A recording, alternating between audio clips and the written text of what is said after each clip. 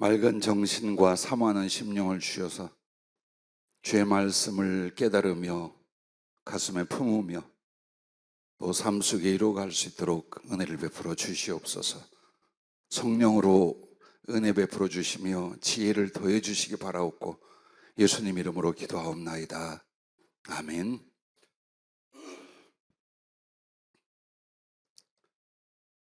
오늘 말씀은 레위기 지금 두 번째 시간입니다. 처음에는 서론이었고 숙제를 내줬죠. 그리고 지난주에 여러분에게 제사 5가지에 대해서 충분히 읽고 그 순서나 내용을 좀 파악해 오라 했는데 숙제 안 한 사람만 손 들어 주십시오. 네. 커피가 몇 잔이나 250잔 냉커피 250잔 됐습니다. 아유 감사해요. 오늘 그 두 번째 레위기를 들어가는데 저도 이렇게 제사 쪽으로 바로 가려고 그랬어요. 그런데 성령께서 오늘 그 주제 제목이 뭐냐면 레위 지파를 세우심, 이 부분이에요. 자, 직접적으로 레위라는 말이 앞에 소두에 나오지 않아요. 근데 레위기라고 한 것은 이 레위기 전체가 레위인들이 제사장 혹은 성막에 그 봉사하는 등등에서 지키고 행해야 될 것들에 대한 지침이에요. 그래서 레위기라고 70인역도 그렇게 제목을 정했어요. 그러면 이제 중요한 건 왜 하나님께서 레위 지파를 세웠을까요? 혹시 경희 집사님 성찬했어요? 그래서 우리 경제 전사님 남김없이 다 마셨어요? 조금 남은 것 같은데. 자, 여러분이 고민 안 해보셨습니까? 왜 제사장 직분을, 하나님의 집, 하나님의 전을 책임지는 봉사의 직무를 레위 지파에게 줬을까요? 마땅히 여러분과 내가 고민하고 연구해야 될 내용인데, 레위는 야곱의 셋째 아들이죠. 그 이름 뜻은 함께하다, 연합하다 라는 뜻입니다. 그런데 그 연합하다, 함께하다 라는 레위 이름에는 슬픈 사연이 있습니다. 여러분들이 아는 창세기 29장 34절에 보면 레아가 또 임신하여 아들을 낳고 이르되 내가 그에게 새 아들을 낳았으니 내 남편이 지금부터 나와 연합하리로다 하고 그의 이름을 레위라 하였으니 라고 했습니다. 야곱의 첫째 부인이죠, 레아. 그리고 진짜 사랑하는 부인은 동생 라헬이었습니다. 장가 이렇게 가면 안 되는데 속았습니다. 라헬을 사랑했고 좋아했는데 첫날 밤 자고 났더니 레아가 들어와 있었어요. 그러니 야곱이 어땠겠어요? 어쨌든 라헬을 얻으려고 14년을 봉사하고 20년을 삼촌에게 헌신을 하죠. 정말 그 라헬에 대한 사랑은 아주 끔찍하고 오로지였습니다. 근데 먼저 아내가 된 레아가 얼마나 외롭고 시샘도 나고 힘들었겠어요. 그래서 사랑을 받는 라헬은 태를 안 열어주고 사랑을 못 받는 레아는 하나님께 태를 열어줘서 1, 2, 3 아들 셋을 낳았어요. 그리고 이렇게 아들을 세 번째 낳아줬으니까 내 남편이 지금부터 나와 연합하리로다. 즉 나를 많이 사랑해주고 나를 많이 찾아주고 이젠 내가 진짜 사랑의 부인이 되겠구나, 이 뜻에서 레위라고 졌는데 그 이름이 연합하리로다. 그러니까 사실 레위라는 이름은 쓸쓸하고 아픈 그런 이름인데, 그런데 보십시오.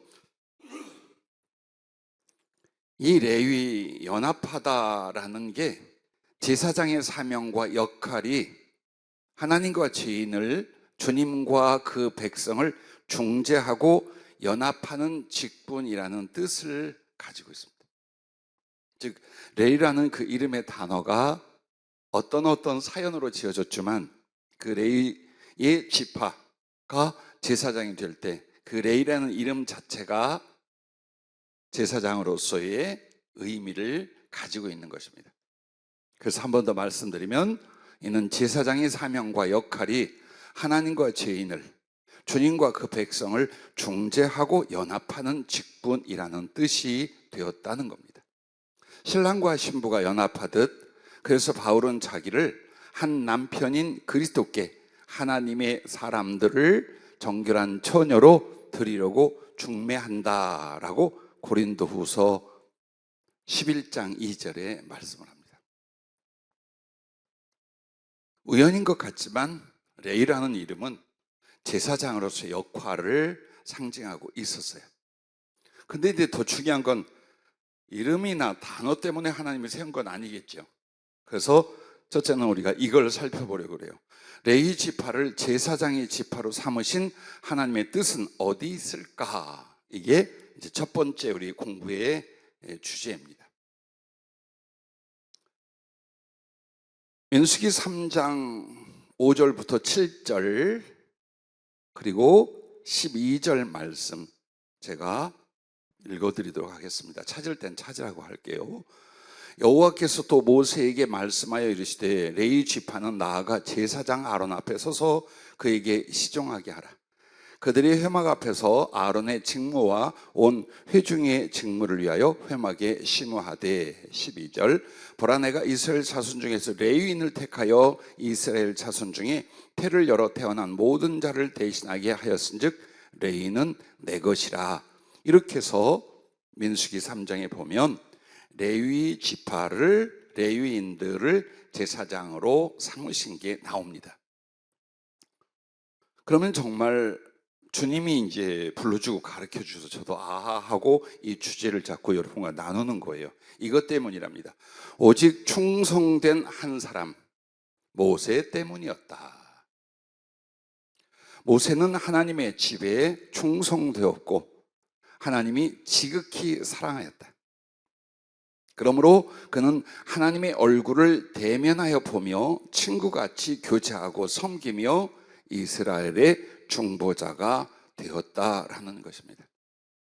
즉 여러 가지 복잡한 사연이나 많은 영적인 그 수수께끼 같은 내용이 있는 게 아니에요. 모세가 마음에 들었어요. 모세의 그 충심과 사랑이 하나님 마음에 너무나 맞았어요.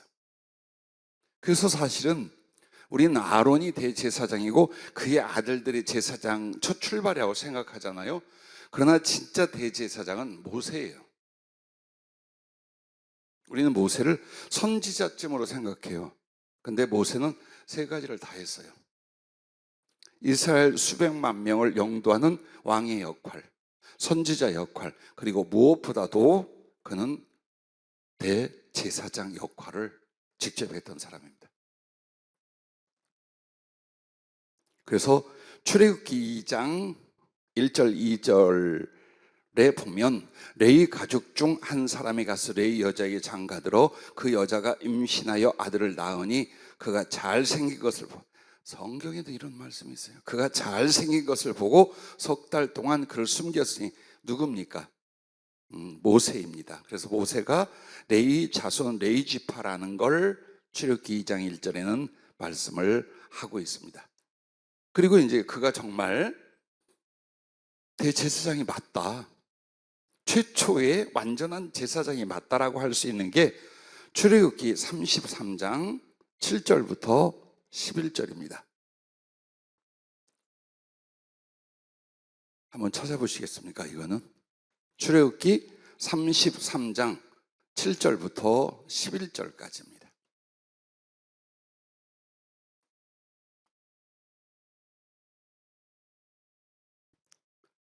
자, 찾으시며 들으며 읽으며 하겠습니다. 모세가 항상 장막을 취하여 진 밖에서 쳐서 진과 멀리 떠나게 하고 회막이라 이름하니 여호와를 앙모하는 자는 다 진 바깥 회막으로 나아가며 모세가 회막으로 나아갈 때에는 백성이 다 일어나 자기 장막문에 서서 모세가 회막에 들어가기까지 바라보며 모세가 회막에 들어갈 때에 구름 기둥이 내려 회막 문에 서며 여호와께서 모세와 말씀하시니 모든 백성이 회막 문에 구름 기둥이 서 있는 것을 보고 다 일어나 각기 장막 문에 서서 예배하며 사람이 자기의 친구와 이야기함 같이 여호와께서는 모세와 대면하여 말씀하시며 모세는 진으로 돌아오나 눈의 아들 젊은 수종자 여호수아는 회목을 떠나지 아니하니라. 자, 회막 즉 성막에 하나님의 그 전집에 직접 들어가서 하나님을 만나고 예배하고 말씀을 받고 전하는 걸 누가 했어요? 아론이 한 게 아니라 모세가 했어요. 모세는 아예 하나님의 얼굴을 직접 대면하여 교제하고 사랑의 그 만남을 가졌어요. 그래서 여기에서 보면 회막이라는 성막, 즉 성전하고 모세의 거기에 입장과 거기에서 또 하나님을 만나는 장면을 보십시오. 지금 이 내용은 모세가 진짜 대제사장이었다는 것, 첫 번째 제사장이었다는 걸 성경에서 우리가 지금 찾아서 읽은 내용입니다. 자, 그래서 여러분 보세요. 모세를 주님이 사랑하고 기뻐하셔서 그 모세를 기념하고 그 모세를 위하여 모세의 출신인 레위 지파를 제사장 지파로 삼으신 거예요. 그래서 그 모세가 레위 지파였고 그 가족들이 레위인들이었어요.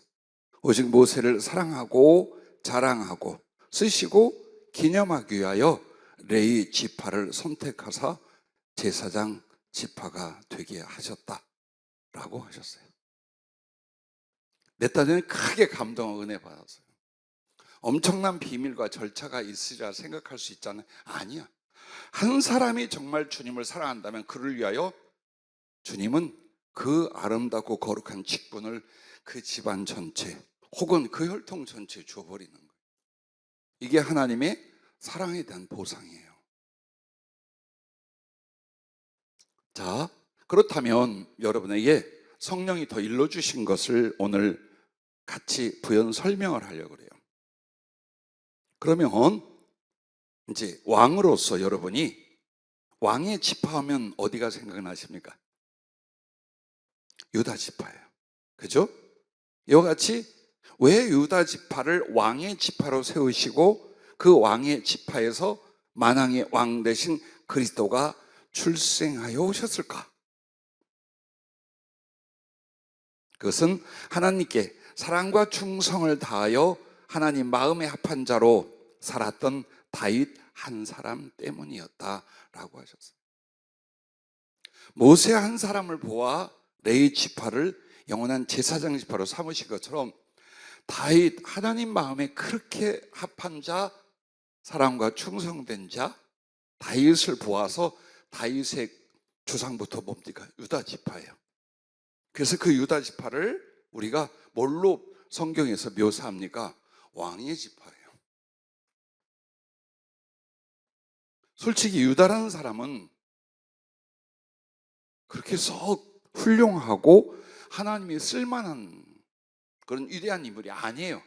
그냥 유다라는 지파는 그 유다라는 사람과 그 뒤에 후손들은 그렇게 썩 대단한 인물이 아니에요. 그런데도 그 유다 지파를 통해서 다윗이 최고의 왕이 되고 하나님 마음에 드는 사람이에요. 그래서 이 다윗을 통해 유다 지파를 통해 누가 오셨어요? 만왕의 왕 만주의 주 되신 예수님이 오셨어요. 이런 영광을 왜 유다 지파에 줬느냐? 다윗 때문이라는 거예요. 난 참 많은 은혜와 감동을 받아서 한 사람으로 인하여 주님은 이렇게 하시는 거예요. 그래서 주님이 기뻐하시면, 주님이 감동하시면 무슨 일이라도 하신다는 거예요. 우리가 생각하는 기계적인 이론적인 주님이 아니에요. 사람의 마음처럼 너무 기뻐, 너무 사랑해서 모든 걸 다 쏟아붓는 그 사랑의 보답, 사랑의 보상을 우리는 하나님께 배우는 것입니다. 그래서 여러분과 내가 사도행전 13장 22절에 보면은 사무엘서에 나오는 말씀을 인용하죠. 다윗을 왕으로 세우시고 증언하여 이르시되 내가 이새의 아들 다윗을 만나니 내 마음에 맞는 사람이라. 예전에는 내 마음에 합한 자라 이렇게 말하죠. 즉 하나님 마음과 딱 맞아, 그 모든 것들이. 그래서 다윗을 왕으로 세워놓고 다윗의 그 조상부터 후손의 지파를 왕의 지파, 그래서 그것을 이어 왕 대신 주님이 유다 지파 다윗의 뿌리에서 나오게 하셨습니다. 자, 이 말씀이 계시록 5장 5절에 나오는 말씀이에요. 계시록 5장 5절 누가 한번 찾아서 읽어주시기 바랍니다. 계시록 5장 5절.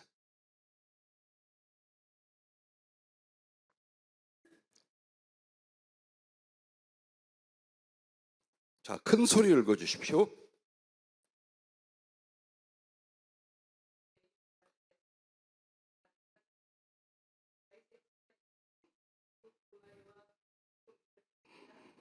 당연히 예수님에 대한 말씀이에요. 근데 그 예수님을 뭐라고 말합니까? 유대 지파의 사자 다윗의 뿌리라고 말합니다. 얼마나 다윗을 높여주고 다윗을 인정해 주는 말입니까? 그냥 혈통적 왕이 이어서 나온 정도가 아니라 만왕의 왕 만주에 드신 우리 예수님이 이 세상에 오시는데 뭐라고 말합니까? 유대 지파의 사자 다윗의 뿌리가 라고 표현하신 거예요. 그리고 여러분이 참고해 두실 것은 창세기 49장 8절부터 12절 말씀이에요. 그것은 이제 야곱이 죽기 전에 자기 12 아들에 대해서 성령으로 축복하던 예언의 내용이에요. 근데 유다하고는 안 맞아요. 개인적인 유다에 관하여 이렇게 축복하고 이렇게 하나님 앞에 이 사람이 이럴까? 할 내용이에요. 결국 그것은 가까이는 다윗이 바로 그 말씀의 내용을, 그 축복을 예언을 이루는 사람이고, 궁극적으로는 다윗의 지파, 다윗의 뿌리로 오시는 예수님이 이루실 내용을 이 유다 12아들 중에 유다에게 예언을 하는, 축복 예언을 하는 내용이에요. 제가 읽어드리겠습니다. 창세기 49장 8절부터 12절. 유다야, 너는 내 형제의 찬송이 될지라. 네 손이 네 원수의 목을 잡을 것이요 네 아버지의 아들들이 네 앞에 절하리로다. 유다는 사자 새끼로다. 내 아들아, 너는 움킨 것을 찢고 올라갔도다. 그가 엎드리고 웅크림이 숫사자 같고 암사자 같으니 누가 그를 범할 수 있으랴. 그가 유다를 떠나지 아니하며 통치자의 지팡이가 그 발 사이에서 떠나지 아니하기를 실로가 오시기까지 이르리니 그에게 모든 백성이 복종하리로다. 그의 나귀를 포도나무에 매며 그의 암나귀 새끼를 아름다운 포도나무에 맬 것이며 또 그 옷을 포도주에 빨며 그의 복장을 포도즙에 빨리로다. 그의 눈은 포도주를 인하여 붉겠고 그의 이는 우유로 말미암아 희리로다. 이렇게 말한 내용입니다. 그래서 이것은 앞으로 그 유다 지파에서 왕인 다윗이 일어나고 다윗을 통해서 왕의 지파가 될 것, 그리고 거기에서 바로 그리스도가 오실 것을 말씀하고 있습니다. 자, 여기에서 여러분에게 이제 하나만 그 부연 설명을 해 드린다면, 여기 실로가 오시기까지라는 말이 나와요. 그럼 이게 실로가 지역 이름이기도 하지만 단어가 그 화평케 하는 자, 그런 뜻입니다. 즉 화복을 가지고 오는 자. 그것은 다윗에 대한 이야기, 전체적인 이스라엘을 통합하여 평화를 이루는 다윗에 대한 이야기이기도 하지만 우리 예수님의 별명과 명칭이 뭐예요? 평강의 왕이셔요. 그래서 예수 그리스도에 대한 암시와 예언이 함께 나옵니다. 지금 여러분이 그 성경 찾아보는 게 뭡니까? 다윗을 사랑하신 주님이 유다 지파, 다윗의 지파를 왕의 지파로 만들고 거기서 그리스도가 오신 것, 그것을 지금 여기저기 찾아봤습니다. 자, 그래서 우리가 하나님께 사랑과 충성을 바치는 게 그냥 나 하나의 주님께 상급이나 사랑을 받는 걸로 끝나지 않는다는 거예요. 정말 주님께서, 그래서 주 예수를 믿으라 그리하면 너와 내 집이 구원을 받으리라는 것이 한 사람의 사랑으로 말미암아 내가 사랑하는 사람들을 전부 다 주님이 사랑해 주시는 거예요. 사도들 8종까지. 그게, 그러니까 여러분 한 사람의 하나님을 경외함과 사랑과 충성이 내게 넘치도록 부어지겠지만 내가 사랑하는 대대손손까지 어때요? 하나님이 그 사랑을 갚으시는 거예요. 주님에 대한 사랑과 충성 해볼 만하죠? 해야 되겠죠? 여러분의 하나님, 여러분의 주님은 이런 분이셔요. 자, 그렇게 해서 신실한 하나님의 사람들을 구속의 언약의 가지로 이 유다 지파 다윗의 사람들을 사용을 하십니다. 그러면 이제 여러분의 생각이 날까? 모세를 인하여 레위 지파를 제사장 지파로 세웠고 다윗을 사랑하셔서 유다 지파를 왕의 지파로 세웠다면 다 뭐가 나올 것 같아요? 선지자 쪽이 나오겠죠. 그럼 여러분에게 묻겠습니다. 선지자 지파가 있나요?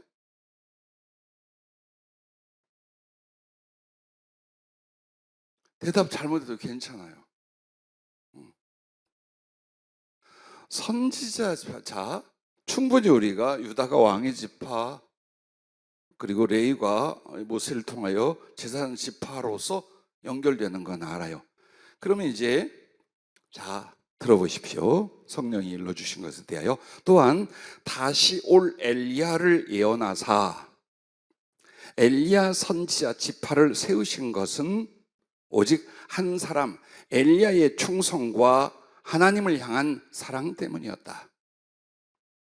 자, 여러분이 그 아시는 말씀 말라기 4장 5절에 보면 종말의 때에 엘리야가 다시 올 것을 예언을 합니다.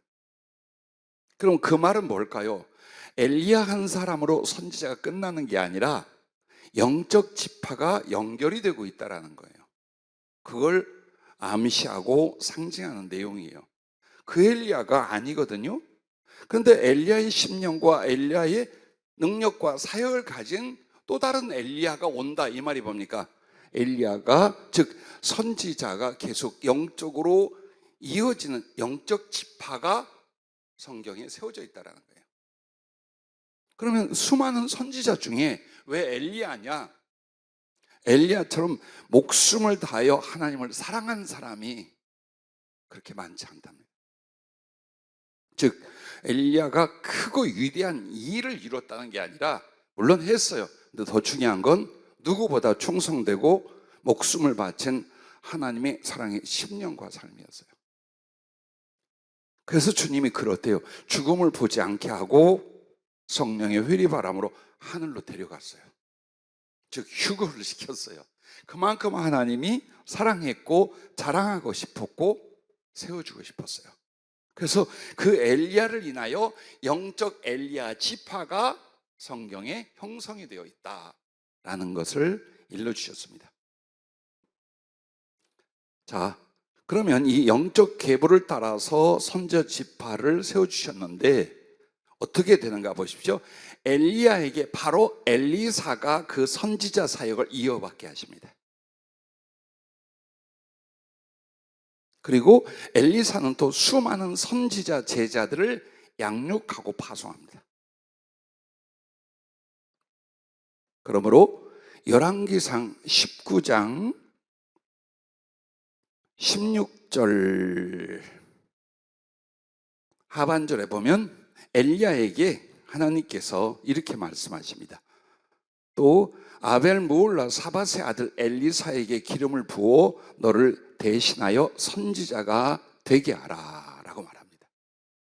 같은 장 19절에 보면 엘리야가 거기서 떠나 사밧의 아들 엘리사를 만나니 그가 12겨리소를 앞세우고 밭을 가는데 자기는 12째 겨리소와 함께 있더라. 엘리야가 그리로 건너가서 겉옷을 그의 위에 던졌더니 라고 말합니다.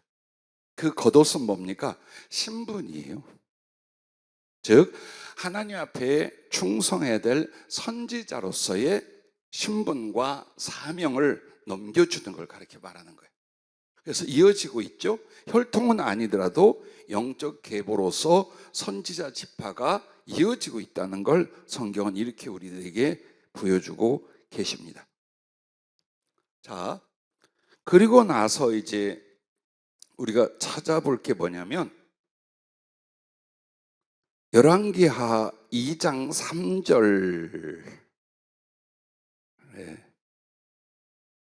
보면 엘리사가 선지자 제자들을 세우게 됩니다. 그래서 선지자 제자들이라는 말이 나옵니다. 베델에 있는 선지자의 제자들이 엘리사에게로 나와 그에게 이르되 여호와께서 오늘 당신의 선생을 당신의 머리 위로 데려가실 줄을 아시나이까 하니 이르되 나도 또한 아노라. 아노니 너희는 잠잠하라 하니라. 즉 엘리사 선지자의 선생으로서 엘리야를 말하고, 그리고 그 밑에 누가 있었어요? 선지자의 제자들. 전에는 선지자 생도라는 표현을 썼었죠. 즉 한마디로 엘리사를 통하여 선지자들이 양육되고 나중에 사역으로 파송이 됩니다. 안 끊어지죠? 안 끊어지는 게 바로 지파요 영적 계보로서 연결이 된다는 뜻입니다.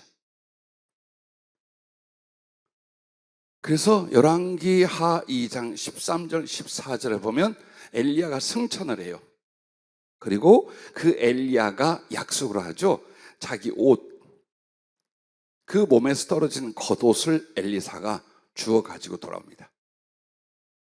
그리고 엘리야의 몸에서 떨어진 그의 겉옷을 가지고 물을 치며 이르되 엘리야의 하나님 여호와는 어디 계시나이까 하고 그도 물을 치매 물이 이리저리 갈라지고 엘리사가 건너니라 라고 말합니다. 즉 한마디로 가장 정통적인 영적 계보로서의 엘리야를 엘리사가 계승을 합니다. 그리고 상징적 결실을 주었던 그 옷이 엘리야가 가졌던 능력과 사역의 갑절을 나타내는 도구가 됩니다. 모세에게 지팡이를 주셨듯이 엘리사에게는 엘리야의 그 능력을 겉옷으로 줍니다. 그리고 그것을 받았다는 게 바로 이 선지 사역, 선지자로서의 영적 연결, 바로 그것을 성경은 이렇게 우리들에게 나타내고 있습니다. 자, 그런데 이제 여러분과 내가 이건 믿거나 말거나예요. 성령은 정확히 우리에게 풀어주지만 성경 기록이 아주 이렇게 작게 집약되어 기록되어 있어요. 그러니까 모든 게 다 있는 건 아니에요. 그러면 하늘과 땅이라도 그걸 다 기록할 수가 없다 그랬어요.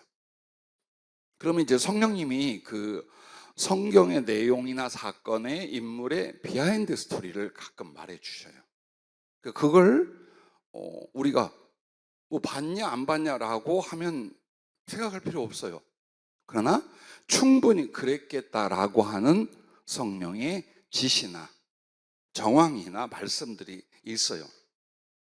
근데 이걸로 지금 여러분에게 뭐를 말씀드리려고 하냐면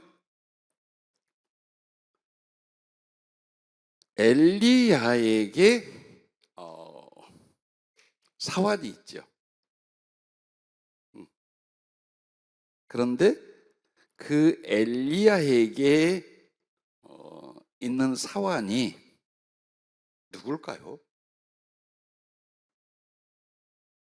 그게 과연 누굴까요?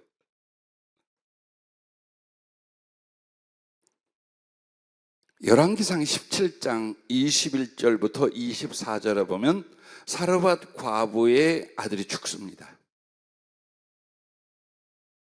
그 눈물과 애통함을 보고 죽은 아들 몸을 자기 몸으로 덮어서 3번이나 간청을 하고 그 영혼이 돌아와 살게 됩니다. 한마디로 엘리야가 그 죽은 소년을 살립니다. 그리고 열왕기상 19장 3절에 보면 엘리야의 사환이 갑자기 등장을 해요. 그 전에는 안 나와요. 근데 사건상 그 뒤에 보면 열왕기상 19장 3절에 엘리야의 사환이 있어요. 사환이라는 건 옆에서 이렇게 돕는 사람을 가르쳐 말해요. 모세의 사환은 누구였죠?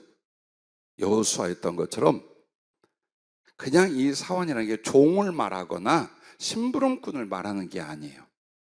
한마디로 모세와 여호수아의 관계를 생각한다면 이 엄청난 선지자 엘리야에게 있어서 곁에서 보필하는 사람이라면 그가 보통 인물은 아닐 거다라는 걸 알 거예요. 근데 그가 누구냐? 사르밧 과부의 죽었다가 살아난 아들이랍니다.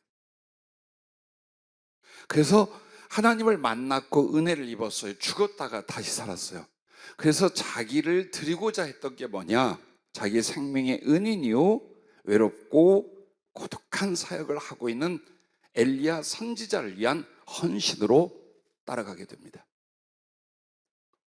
자, 여기까지는 좋았어요. 근데 바로 이 사르밧 과부의 아들이라 엘리야의 사환이라 하는 사람이 뭐가 되느냐? 나중에 뭐가 되느냐를 성령이 연결해 주신 내용이 있습니다. 열왕기하 4장 1절부터 7절, 이건 여러분이 한번 찾아봐 주십시오. 열왕기하 4장 1절부터 7절입니다. 쓰기 바쁘죠? 예. 열왕기하 4장 1절부터 7절 찾았으면 같이 읽어보겠습니다. 선지자의 제자들의 아내 중에 한 여인이 엘리사에게 부르짖어 이르되 당신의 종 나의 남편이 이미 죽었는데 당신의 종이 여호와를 경외한 줄은 당신이 아시는 바니이다. 이제 빚준 사람이 와서 나의 2 아이를 데려가 그의 종을 삼고자 하나이다 하니 엘리사가 그에게 이르되 내가 너를 위하여 어떻게 하랴? 내 집에 무엇이 있는지 내게 말하라.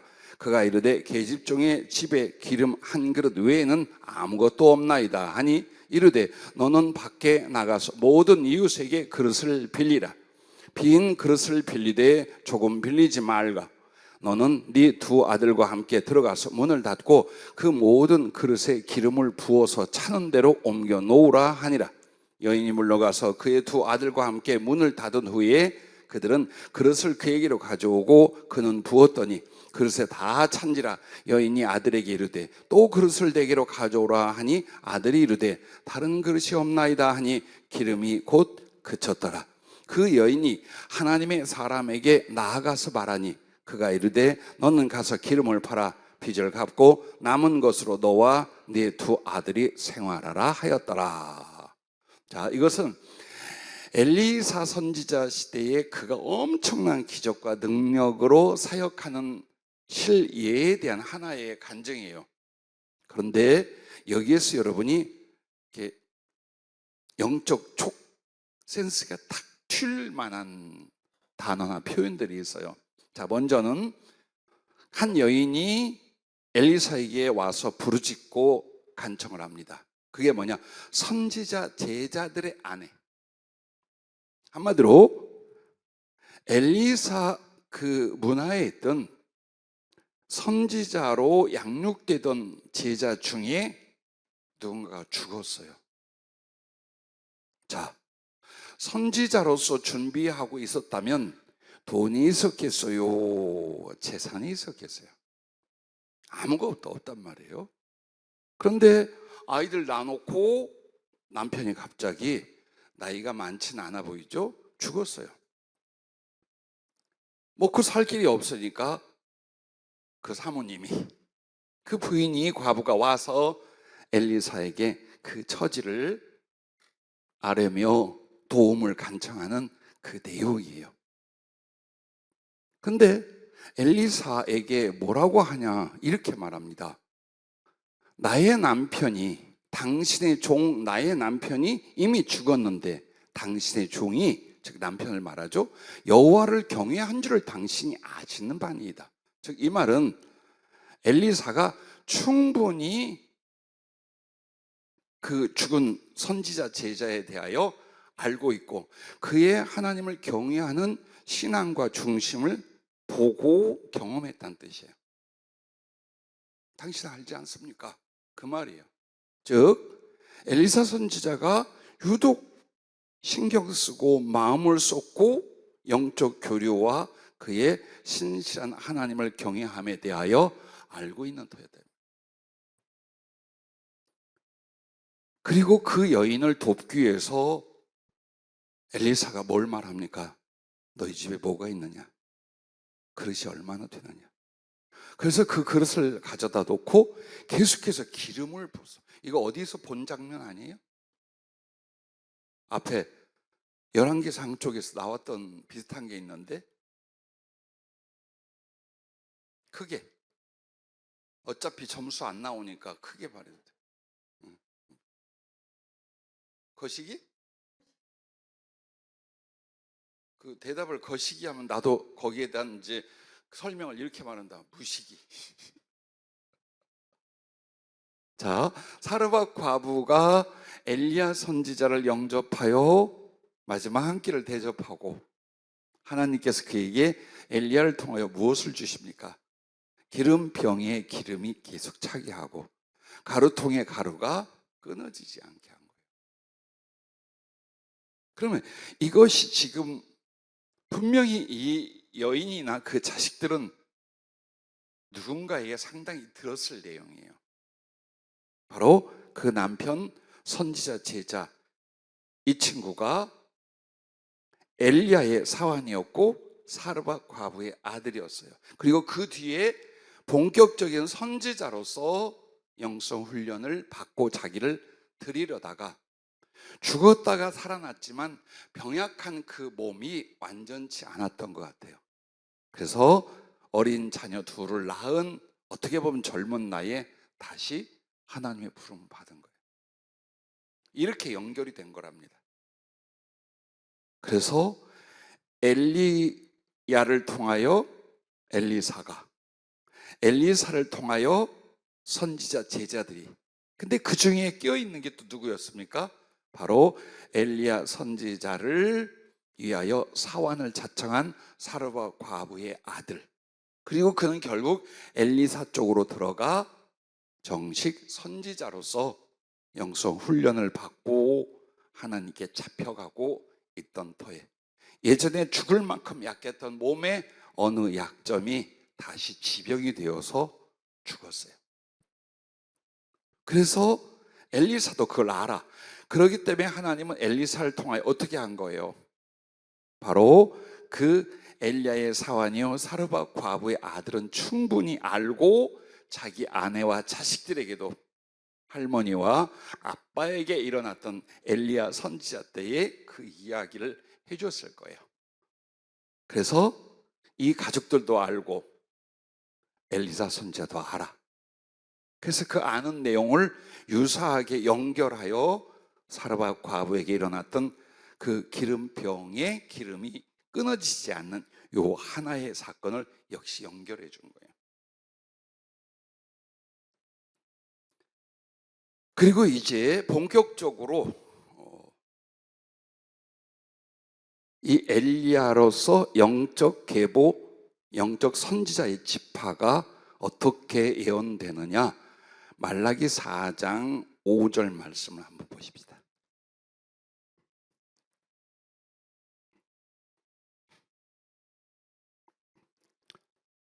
자, 구약 성경 말라기 4장 5절 말씀 찾았으면 함께 읽겠습니다. 보라, 여호와의 크고 두려운 날이 이르기 전에 내가 선지자 엘리야를 너희에게 보내리니. 참 이 말씀은 아리송했을 거예요. 왜? 다들 안단 말이에요. 엘리야는 죽지 않고 죽음을 보지 않고 하나님께 들어 올림을 받았기에 생존해 있을 거라 생각했을 거예요. 그래서 그 엘리야를 죽지 않게 하고 마지막 때에 다시 보내나? 라고 생각을 할 수도 있었어요. 왜? 주님 시대까지 사람들이 그 생각을 했어요. 엘리야가 다시 오는데 진짜 그 엘리야가 올 줄로. 근데 이 말씀은 똑같은 엘리야라는 사람이 온다는 뜻이 아니에요. 엘리야의 영적 계보, 영적 지파가 될 그 심령, 그 능력, 그런 사역을 할 선지자가 또 일어날 것이다 라는 약속이에요. 즉 영적 계보와 선지자적 지파가 어떻게 하나님에 의하여 세워지는가, 그걸 말씀을 하고 있는 내용입니다. 그렇게 해서 마가복음 9장 11절부터 13절에 보면 예수님께서 그 말라기서를 통해서 오실 엘리야가 누구냐? 세례 요한이라는 것을 말합니다. 즉 한마디로 엘리야의 심령과 선지자적 사명, 그리고 그 사역의 영적 계보와 지파로서 누가 온 거예요? 세례 요한이 온 거예요. 그리고 그 세례 요한 뒤에 또다시 엘리야의 선지자적 사역과 사명과 능력을 받아 주님이 연결한 게 누구냐? 바울과 사도들이에요.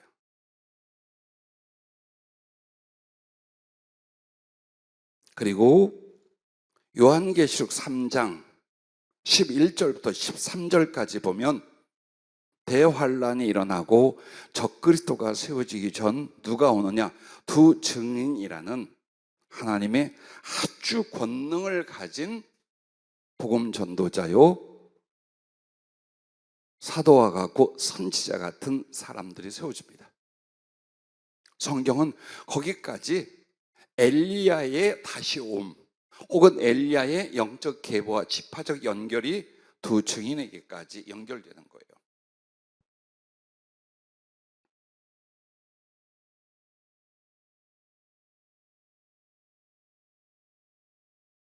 그런데 여러분 이거 아십니까? 지금 이 내용을 통해 우리는 그리스도의 삼중직이라는 신학적 교리적 말씀을 생각할 거예요. 네, 맞아요. 예수님은 그리스도, 즉 기름 부음을 받은 하나님이 보낸 구세주예요. 그것이 무엇과 연결이 돼요?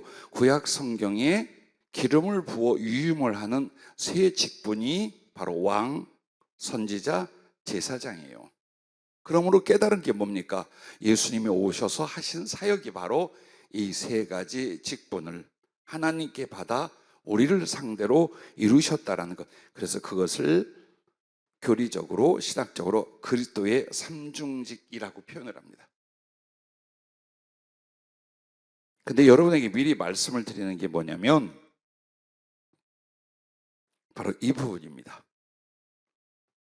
모세와 엘리야와 다윗이 모두 오실 그리스도를 예표하고 오신 그리스도의 사역의 영원성을 교훈하고 있다고 하셨습니다. 자, 모세와 엘리야와 다윗이 이 셋 모두가 오실 그리스도를 예표하고 오신 그리스도의 사역의 영원성을 교훈하고 있다고 하셨습니다. 즉 성경은 그리스도의 삼중직을 계시하는데 주님은 모세처럼 대제사장이시고 다윗처럼 만왕의 왕이시며 엘리야처럼 하나님의 진리와 미래를 가르치시는 영원한 선지자인데 이게 신학에서 바뀌었어요. 우리 신학자들이 이 부분을 못 바꿨어요. 발견을 못하고 아는데 그리스도의 삼중직을 어디서만 찾았느냐? 구약에서만 찾았어요. 그래서 선지자로서 표현을 해요. 그런데 여러분과 내가 찾아볼 것이 있습니다. 히브리서 3장 1절입니다. 히브리서 3장 1절 말씀 누가 한번 읽어주시기 바랍니다.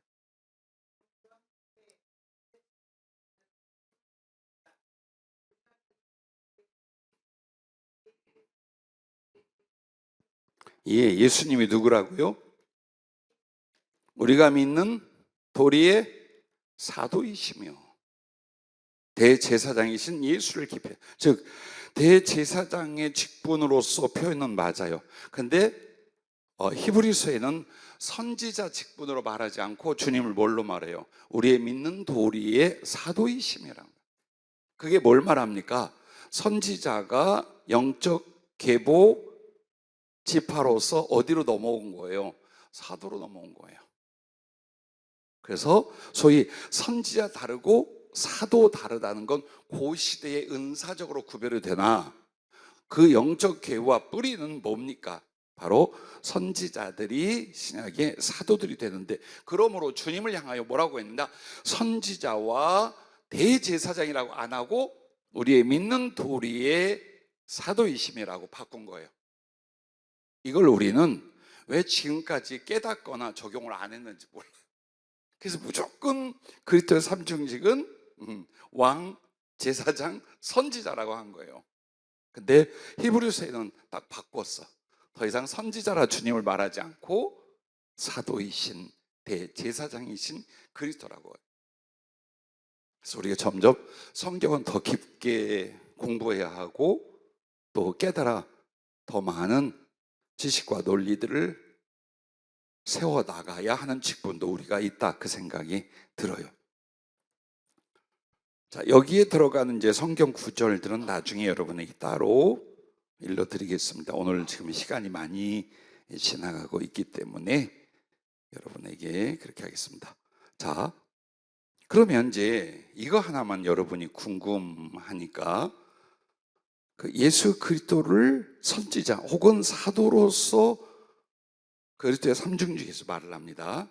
그게 히브리서 3장 1절에서 나왔고, 신명기 18장 15절에는 모세를 통하여 한 선지자가 세워질 거 그들의 말을 들은, 이 말씀이 그리스도를 예표하고 있다고 맞습니다. 그 다음에 자, 우리 주님이 선지자나 사도로서의 거룩한 직분을 감당했다라는 게 어디에서 우리가 성경으로 지지가 되느냐?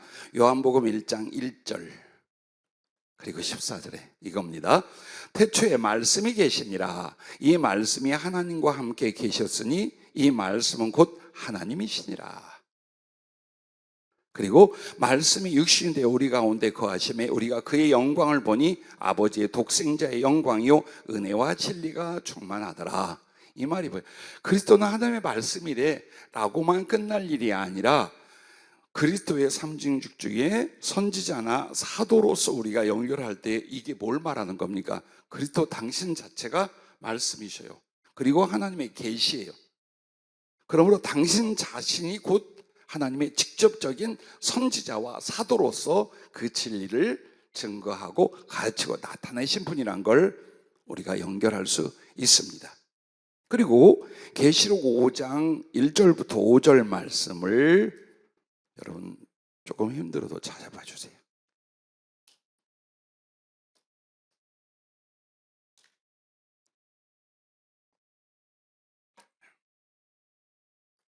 여기서 여러분 그리스도의 선지자 혹은 사도로서 불리는 그 거룩한 직분이 어떻게 연결되는지를 찾아야 돼요. 즉 여러분이 성경을 그대로 해석하는 것도 중요하지만 어떤 주제나 내용에서 어떻게 성경이 서로 연결하고 부합하고 증거하는가, 이제는 그걸 찾을 수 있는 능력들이 돼야 돼요. 성경을 연구하는 사람들은 그걸 할 수 있어야 돼요. 그래서 누가 떠먹여준 대로 딱 그 해석 혹은 그 적용 하나밖에 몰라. 그러다 누가 다른 해석이나 적용을 하면 저거 이단이야, 저거 잘못된 거야, 이러는 거예요. 그래서 주님의 말씀을 통하여 더 넓은 영역과 깊이와 넓이로서의 진리의 적용과 지혜 수도 없이 나와요. 그러면 예를 들어서 자, 그리스도의 삼중직 예수 우리가 선지자 혹은 신약으로 와서 우리의 믿는 도리의 사도라 그랬다 이 말이에요. 그럼 이게 또 어디에서 뒷받침을 하느냐, 어떤 성경 내용이 이 내용을 지지하고 있느냐를 여러분이 찾을 수 있어야 돼요. 그게 바로 계시록 5장 1절부터 5절입니다. 같이 한번 읽어볼까요? 내가 보매 보좌에 앉으신 이 오른손에 하나님 아버지를 상징합니다. 두루마리가 있으니, 두루마리는 하나님의 계시, 하나님의 말씀에 대한 겁니다. 안팎으로 썼고 7인으로 봉하여 졌더라. 또 봄에 힘있는 천사가 큰 음성으로 외치기를 누가 그 두루마리를 펴며 그 인을 떼기에 합당하냐 하나, 하늘 위에나 땅 위에나 땅 아래에 능히 그 두루마리를 펴거나 보거나 할 자가 없더라. 그 두루마리를 펴거나 보거나 하기에 합당한 자가 보이지 아니하기로 내가 크게 울었더니 장로 중에 한 사람이 내게 말하되 울지 말라. 유대 지파의 사자 다윗의 뿌리가 이겼으니 그 두루마리와 그 7인을 떼시리라 하더라. 자, 이 말씀을 지금 뭘로 연결하는 거예요, 여러분은? 주님의 삼중직의 선지자와 사도로서. 그럼 선지자와 사도의 기능이 뭡니까? 하나님의 말씀을 받아 전하고 예언하고 구원하고 치고 이걸 하는 거예요. 그래서 이제 이후에 이 지구의 종말 혹은 인류의 운명의 종말을 기록된 두루마리 하나님 말씀이 있는데 7인복이 되었어요. 그러니까 아무도 이것을 공개하고 그 계시를 드러내어 전할 사람이 하늘과 땅에 아무도 없다 이 말이에요. 그런데 누가 있어요? 한 어린 양, 유대 지파 다윗의 뿌리. 누구예요? 예수님. 그래서 그 예수님이 바로 요한계시록을 아버지 하나님으로부터 받아 계시하여 드러내고 그것을 천사를 통하여 누가? 주님의 제자 요한이 받아 옮겨 적은 거예요. 그래서 이 내용, 이 계시록 5장 이 말씀에서 그 두루마리 7인, 그걸 뗄 어린 양, 유다 지파의 다윗의 뿌리, 이 말이 그리스도의 하나님 말씀을 받아 전하고 가르칠 선지자와 사도로서의 삼중주의 하나를 증명하는 혹은 뒷받침하는 말씀이다. 왜 여러분 머리에서 막 김이 올라올까? 내가 한번 물어볼게요. 김윤정 신학 박사 과정을 공부하고 계신 전도사님, 뭘 하고 있으면 그 부끄러운 걸 왜 하나 그러면? 역시 신학 박사 과정을 공부하고 있는 김은미 전도사님, 빨리 날 쳐다보라 이 말이야. 똑같이 한번 얘기해봐요. 그리스도의 삼중직 가운데 선지자 혹은 사도로서 표현을 했어요. 그거하고 요한계시록 5장 1절부터 이 내용이 어떻게 연결이 되나요? 자, 기다려. 이제 여러분 또 저기 못하면 다음 사람한테 내가 옮길 거예요. 누가 또 박사과정에 왔냐? 아, 박사학위 받은 사람도 있지? 애써 준비하고 있어. 승혜, 빠져나가려고 사회복지 쪽으로 학위 받고 있지?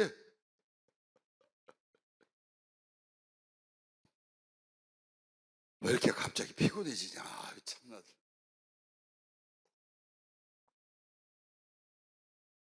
왜 여러분에게 레위 지파에 관한 말씀하면 연결했느냐? 연결되어 있는 내용들이에요. 그리고 성령은 그걸 풀어줬고, 그리고 또 하나 여러분이 오늘 훈련시키는 거 그거예요.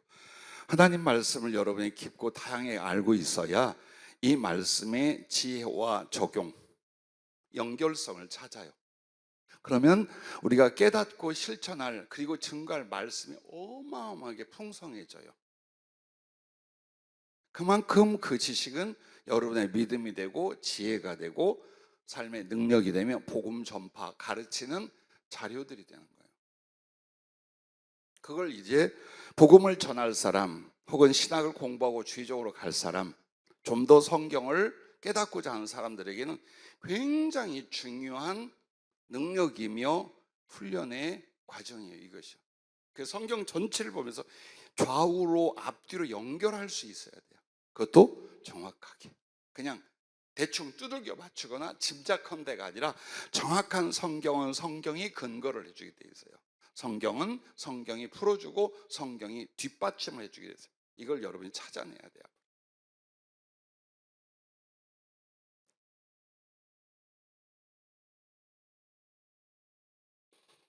정리하면 이것입니다. 한마디로 모세와 엘리야와 다윗이 모두 오실 그리스도를 예표하고 오신 그리스도의 사역의 영원성을 교훈하고 있다라고 했습니다. 그래서 성경은 그리스도의 삼중직을 계시하는데 주님은 모세처럼 대제사장이시고 다윗처럼 만왕의 왕이시며 엘리야처럼 하나님의 진리와 미래를 가르치신 영원한 선지자와 사도이시다라는 것을 정리를 하고, 이제 끝으로 여러분에게 이 중요한 걸 이제 연결을 합니다. 마태복음 17장 1절부터 13절을 찾아주시기 바랍니다. 마태복음 17장 1절부터 13절을 찾아주시기 바랍니다.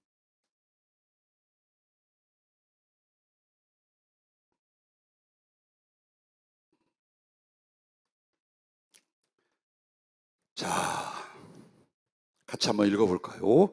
어떤 장면인지 아시죠? 엿새 후에 예수께서 베드로와 야고보와 그 형제 요한을 데리고 따로 높은 산에 올라가셨더니 그들 앞에서 변형되사 그 얼굴이 해같이 빛나며 옷이 빛과 같이 휘어졌더라.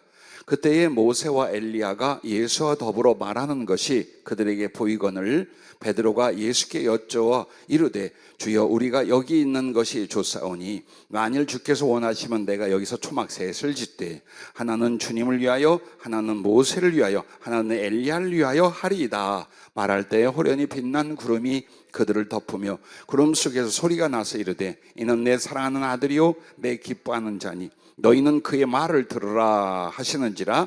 제자들이 듣고 엎드려 심히 두려워하니 예수께서 나와 그들에게 손을 대시며 이르시되 일어나라 두려워하지 말라 하시니 제자들이 눈을 들고 보매 오직 예수 외에는 아무도 보이지 아니하더라.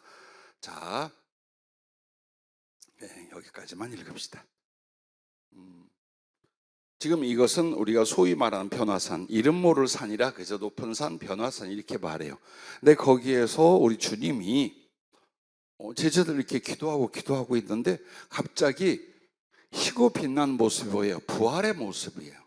그렇죠? 부활 후의 모습으로 주님이 계시고 거기에 하늘나라에 있을 법한 모세하고 엘리야 선지자가 나타난 거예요. 제자들이 그걸 직접 보았어요.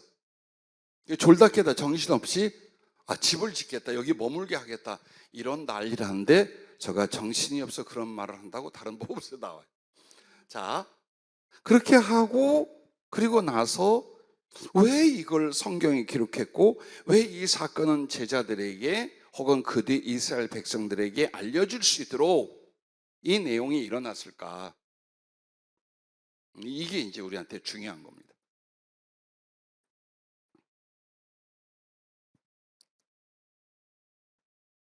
그 첫째는 여기서도 그리스도의 삼중직에 대한 그 표현이 나타날 수 있습니다. 자, 그리스도께서 곧 대제사장이시며 대선지자이시며 만주의 주 만왕의 왕이심을 계시함입니다. 즉 이분이 누구냐? 그냥 좀 능력괴나 쓰는 나사렛 젊은 청년 목수였던 예수가 아니라 그 표현이에요. 그래서 모세가 온 것은 모세 자체를 알리라는 게 아니라 모세처럼 곧 그리스도께서 대제사장이시고 엘리야처럼 대선지자이시며 그리고 당신은 만주의 주 만왕의 왕이심을 계시합니다라는 겁니다. 두 번째는 모세와 엘리야가 증언한 그분이시며 다윗의 뿌리에서 오신 메시아이심을 증거함이라 라고 하셨습니다. 그래서 모세와 엘리야는 왔을 때 다윗이 예표하는 만왕의 왕은 곧 주님이시기에 다윗은 나타나지 않았고 모세와 엘리야와 주님이 함께 계셨답니다. 즉 그 삼중직에서 주님은 누구 역할인 거예요? 누가 주님에 대해서? 다윗이 주님에 대한 예표였던 거예요. 그러니까 만왕의 왕 만주의 주로서 주님이 계시고 이 주님은 모세처럼 대제사장이시며 엘리야처럼 대선지자로서의 그 거룩한 기름 부음의 직분을 갖고 있다라는 걸 우리에게 또 암시하고 나타나는 내용이랍니다. 그래서 두 사람만 오고 삼중직으로 치자면 왕 지파인 다윗이 와야 될 거 아니에요. 근데 다윗이 안 온 이유가 다윗은 주님, 왕으로서의 주님을 예표한 것뿐이에요. 그래서 진짜 왕 대신 주님이 여기 계시고 모세와 엘리야는 그 주님의 제사장과 선지자로서의 증거가 되는 비유적인 역할이라는 것, 그것을 성령은 또 일러주셨습니다. 자, 세 번째는 이스라엘이 알고 믿는 하나님 앞에 가장 크고 위대한 지도자인 모세와 죽지 않고 승천한 대선지자 엘리야보다 비교할 수 없이 크신 분, 즉 하나님의 아들 그리스도이심을 보여주는 것이었습니다. 왜? 그들이 와서 주님과 맞먹은 게 아니에요. 주님보다 높은 위치에서 군림하거나 명령했던 게 아니에요. 하나님과 피조물로서 혹은 아주 친근한 오래된 친구처럼 그렇게 되어 있습니다. 그 모습을 볼 때 최소한 베드로와 제자들은 뭘 봤어요? 주님이 이스라엘 백성 다 알아. 최고의 지도자, 최고의 그의 제자라고 자부하는 게 누구냐? 모세였어요. 근데 그 모세가 이 예수 그리스도 앞에 쩔쩔매. 그리고 또 그보다 더 큰 사역과 권능이 없는, 심지어는 죽음을 보지 않고 하나님 데려간 엘리야 선지자가 왔는데 역시 주님 앞에 어때요? 좋아하려. 그럼 주님은 누구라는 거예요? 그들과 비교할 수 없이 크신 하나님의 아들 구세주로서의 그리스도라는 것을 보여주고 깨닫게 하는 장면이라고 하셨습니다.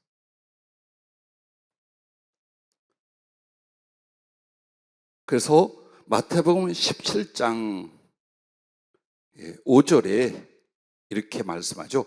말할 때에 호련히 빛난 구름이 그들을 덮으며 구름 속에 소리가 나서 이르되 이는 내 사랑하는 아들이요 내 기뻐하는 자니 너희는 그의 말을 들으라 하시는지라. 이 장면이 어디 또 나왔었죠? 예수님이 세례받을 때, 그죠? 그러면 하늘의 목소리는 누굴까요? 성부 하나님에 대한 표현이죠. 근데 그 성부 하나님이 예수님을 향하여 뭘 말하는 거예요? 내가 내 사랑하는 아들이요 내 기뻐하는 자다. 그래서 그의 말을 들으라. 이 말은 뭘까요? 모세의 말이 아니라, 엘리야의 이야기가 아니라 누구를? 예수님에게 직접 듣고 배우라. 왜? 그들은 내 종이었으나 예수는 누구라는 거예요? 하나님의 사랑하는 아들, 가장 기뻐하는 존재라는 거예요. 그래서 그 구별과 차별을 제자들에게 했고 성경을 읽는 모든 사람들이 알게 하신 내용이에요. 그러므로 변화산 사건은 주님이 요구한 것이 아니라 아버지 하나님께서 주님과 모세, 엘리야를 통해서 이렇게 많은 교훈과 계시 나타냄을 위하여 진행된 아름다운 사건입니다. 그리고 이제 네 번째는, 마지막은 이겁니다.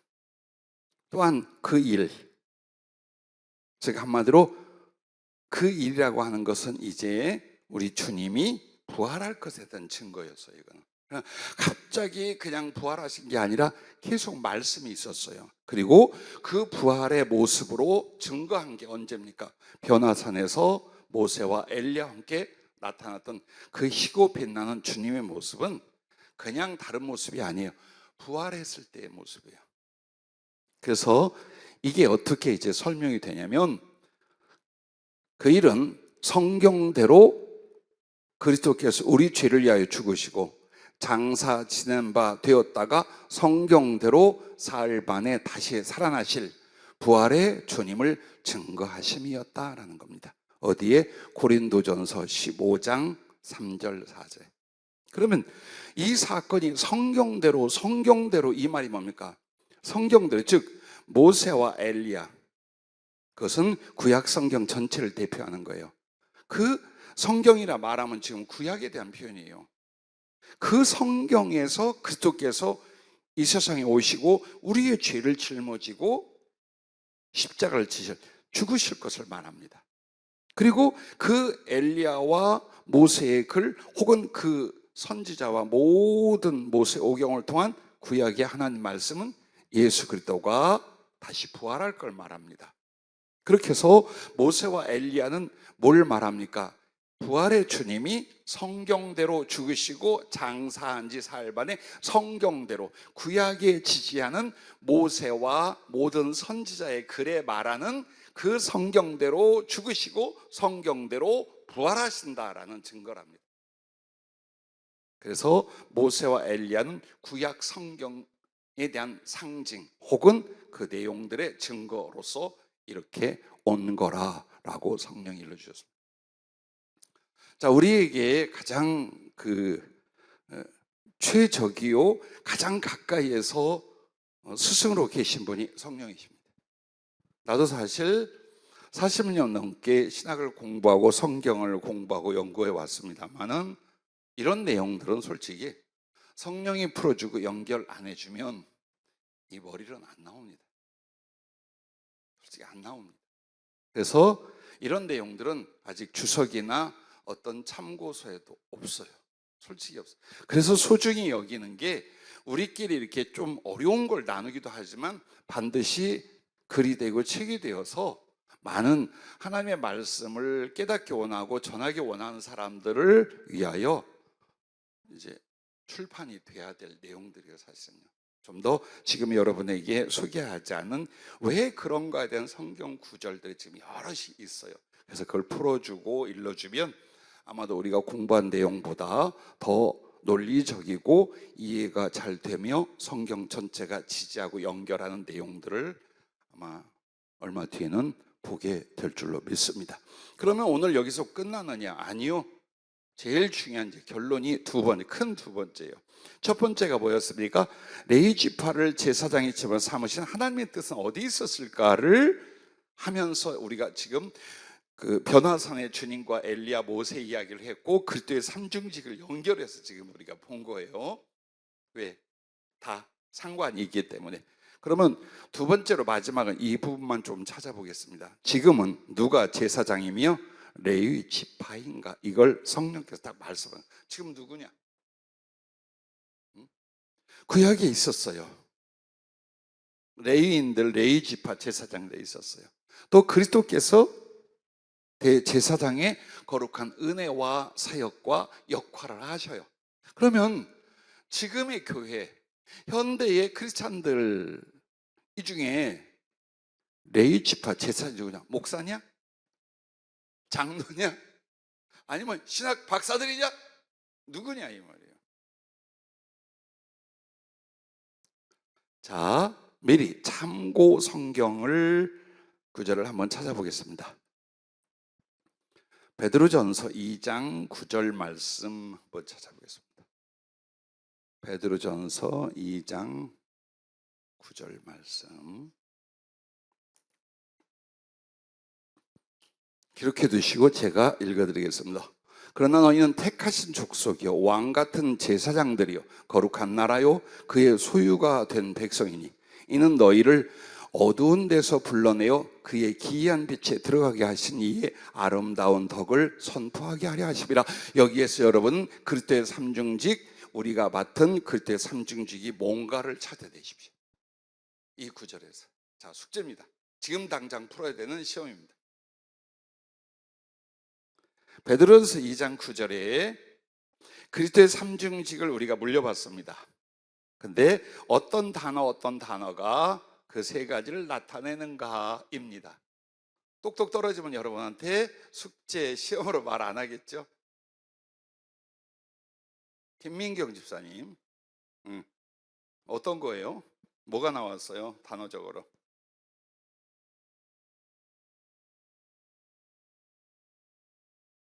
나 떠들지 말라고? 뭐라고 한 거야 대체? 울어보라니까. 자, 그 정신이 번쩍 나도록 에스더 강사. 거기 뭐 나와요? 네. 그게 뭐예요? 그렇죠.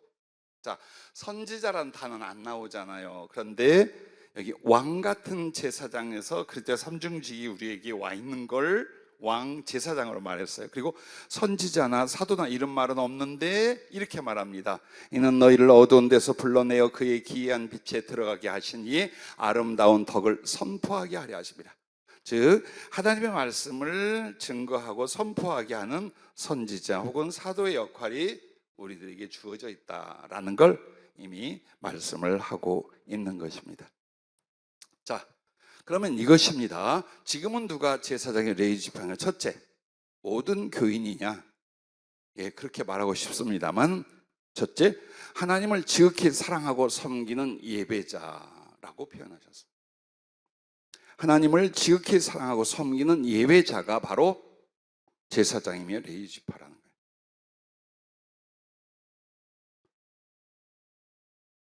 히브리서 10장 19절부터 22절 말씀, 히브리서 10장 19절부터 22절 말씀을 여러분 찾으십시오. 이건 중요합니다. 다 중요하지만 읽어보겠습니다. 그러므로 형제들아, 우리가 예수의 피를 힘입어 성소에 들어갈 담력을 얻었나니 그 길은 우리를 위하여 휘장 가운데 열어놓으신 새로운 살 길이요 휘장은 곧 그의 육체니라. 또 하나님의 집 다스리는 큰 제사장이 계심에 우리가 마음의 뿌림을 받아 악한 양심으로부터 벗어나고 몸은 맑은 물로 씻음을 받았으니 참 마음과 온전한 믿음으로 하나님께 나아가자. 아멘. 자, 이 말씀은 예수 그리스도의 그 십자가의 피 구속으로 말미암아 우리가 어디로 들어가게 된 거예요? 하나님의 성전 혹은 하나님의 성막 안으로 들어가게 됐어요.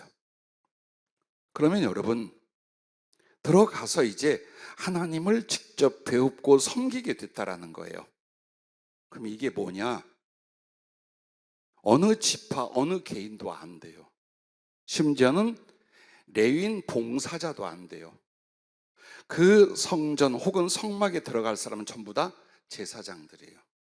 근데 여러분은 그리스도 예수 큰 제사, 대제사장 되신 그리스도 예수의 그 희생과 중보로 말미암아 여러분이 어떻게 이제 작은 제사장이 되어 직접 하나님의 전에 들어가 하나님을 예배하고 만나고 섬길 수 있는 사람이 됐다.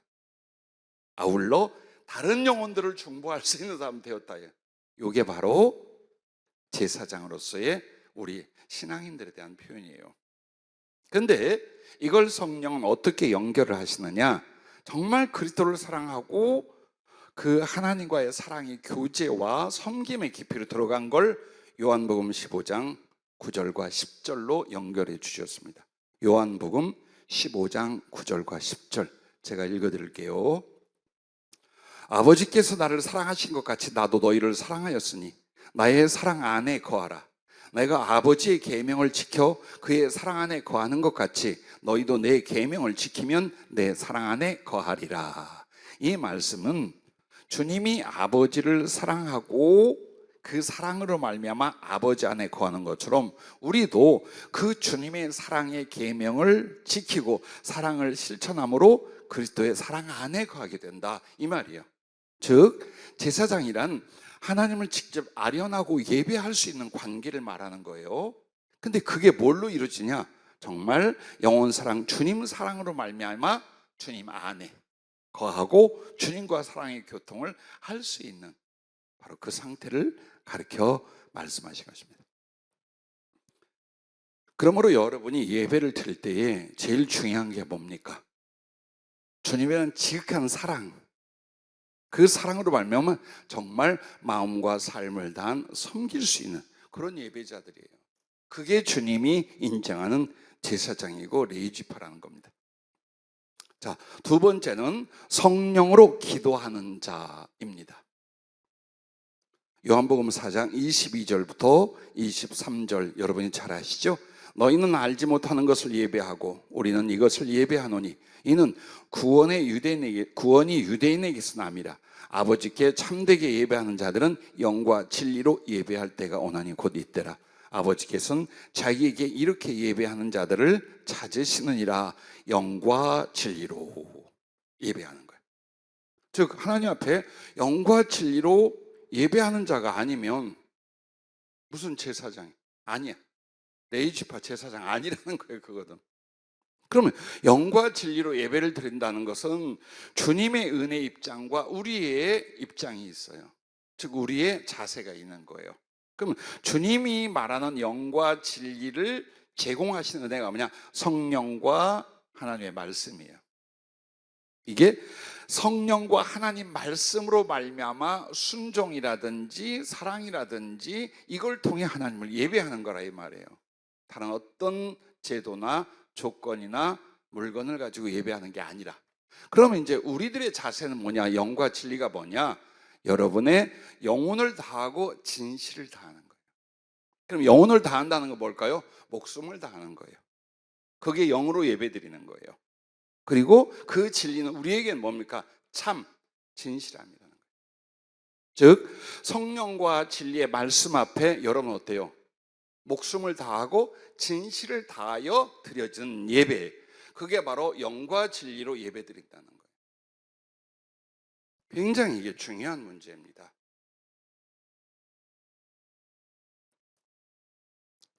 이 시대에도 여러분이 그렇게 성령과 말씀을 깨닫고 모시고 따르고, 그러므로 나는 그 성령과 말씀 앞에 나의 생명, 즉 영혼을 다하고 진심을 다하는, 진실을 다하는, 그렇게 예배하는 사람을 하나님이 찾고 하나님이 기쁘게 받으시는 거예요. 그것만이 주님 보시기에 진짜 레위지파의 제사장들이다 라고 할 수 있다라는 겁니다. 마지막 세 번째는 복음을 전하며 영혼들을 주께로 인도하는 자들, 바로 이 전도자들이 하나님 앞에 선지자 역할도 맞아요. 그런데 제사장 역할도 맞아요. 왜 그런가 보십시다. 고린도후서 11장 2절 이 말씀하면 여러분들이 이제 생각이 날 거예요. 앞에 오늘 성경공 앞에서 얘기했던, 내가 하나님의 열심으로 너희를 위하여 열심을 내노니 내가 너희를 정결한 처녀로 한 남편인 그리스도께 드리려고 중매함이로다. 중매하다, 중재하다, 중보하다 같은 의미를 가지고 있어요. 그래서 우리가 다른 영혼들을 구원하고 그들을 사랑하고 양육하는 건 내 사람을 만들려는 게 아니잖아요. 내가 쓸 사람을 키우는 게 아니에요. 누구에게? 한 남편인 진정한 신랑 되신 예수 그리스도의 사랑의 신부로 그를 중매서려고, 연결해 드리려고 복음을 전하고 영혼을 구원하고 사랑하는 거예요. 그래서 이렇게 중매, 즉 중보와 중재 역할이 뭐냐? 제사장의 역할이에요. 그러므로 그 제사장들은 하나님께 죄인들을, 하나님께 그 백성들을 어때요? 중보하고 중개 역할을 하는 거예요. 그처럼 여러분이 복음을 전하고 영혼을 구원하며 그들을 모든 사랑으로 양육했다면, 위로하고 소성시켰다면 나를 위한 게 아니었다. 그것은 우리가 사랑하고 가장 존경하는 예수님에게 그들을 드리려고, 그들의 사랑과 영혼을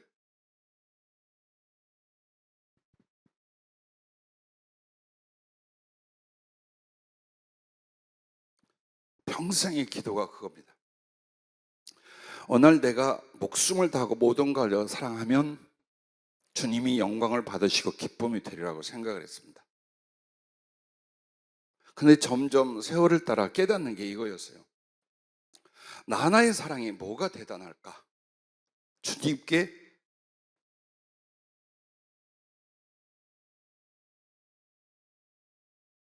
얼마나 큰 영광이나 기쁨이 될까? 그렇다면 나보다 더 주님을 사랑하는 사람들을 구원하고 양육하고 드리자. 그래서 내 하나의 사랑은 어림도 없지만 주님께 나보다 더 주님을 사랑하는 사람 100, 1000, 만, 내가 할 수 있는 사랑이 아니겠는가? 그거보다 더 중요한 사랑과 영광 돌림이 없겠다라는 걸 세월이 갈수록 더 느껴요. 왜 더 악착같이 복음을 전하고 영혼을 돌보며 그 영혼들이 거듭나고 구원을 얻게 하고 그리스도를 사랑하게 만드냐? 무슨 열매를 위해서 그러겠어요? 주님에 대한 사랑이 더 많이 증가될 거 아닙니까? 주님을 사랑하는 사람들, 주님이 사랑받으시는 그 깊이와 크기가 100, 1000만 배가 될 거 아닙니까? 그래서 여러분과 나는 목숨을 다하고 삶을 다해서 영혼을 구원할 뿐만 아니라 그리스도를 진실로 사랑할 수 있는 사람들을 세워나가는 거예요. 그리고 그것을 주님은 이 시대의 레위지파 제사장이라고 말씀을 하는 것입니다.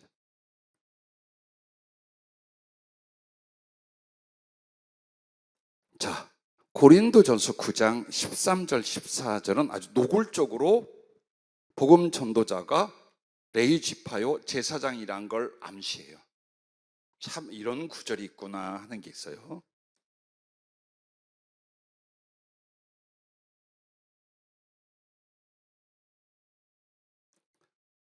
자, 한번 찾아볼까요? 고린도전서 9장 13절부터 14절 제가 읽을게요.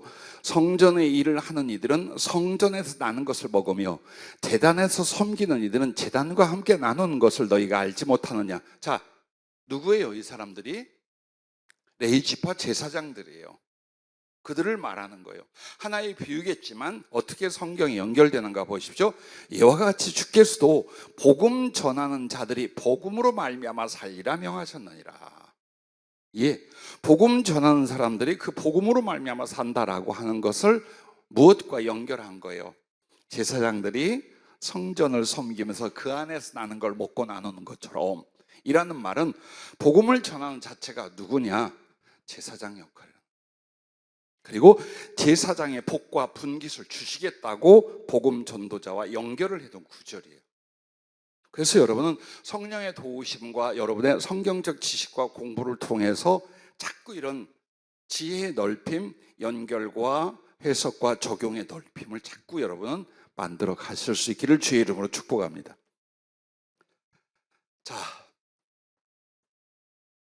빌립보서 2장 15절부터 18절 말씀에도 복음 전도자가 제사장의 역할이 이런 거로구나 할 수 있는 내용이 바울을 통해 이렇게 말합니다. 이는 너희가 흠이 없고 순전하여 어그러지고 거스르는 세대 가운데서 하나님의 흠없는 자녀로 세상에서 그들 가운데 빛들로 나타내며 생명의 말씀을 밝혀 나의 다름질이 헛되지 아니하고 수고도 헛되지 아니하므로 그리스도의 날에 내가 자랑할 것이 있게 하려 함이라. 만일 너희 믿음의 재물과 섬김 위에 내가 나를 전제로 드릴지라도 나는 기뻐하고 너희 무리와 함께 기뻐하리니 이와 같이 너희도 기뻐하고 나와 함께 기뻐하라. 이게 바로 복음 전도자가 어떻게 제사장으로서 하나님께 나아가 충성하고 사역하는가를 또한 단면으로 말씀해 주신 거예요. 그리고 마지막 하나의 예를 들어줬어요. 자, 복음 전도자가 왜 레위지파 제사장이라고 주님 말하는가? 그게 바로 여러분이 잘 아는 누가복음 10장 30절부터 37절에 강도 만나 버려지고 옷 벗기고 죽어가는 사람 앞에 누가 지나갑니까? 레위인이 지나가고 제사장이 그냥 지나가요. 이게 뭘 말합니까?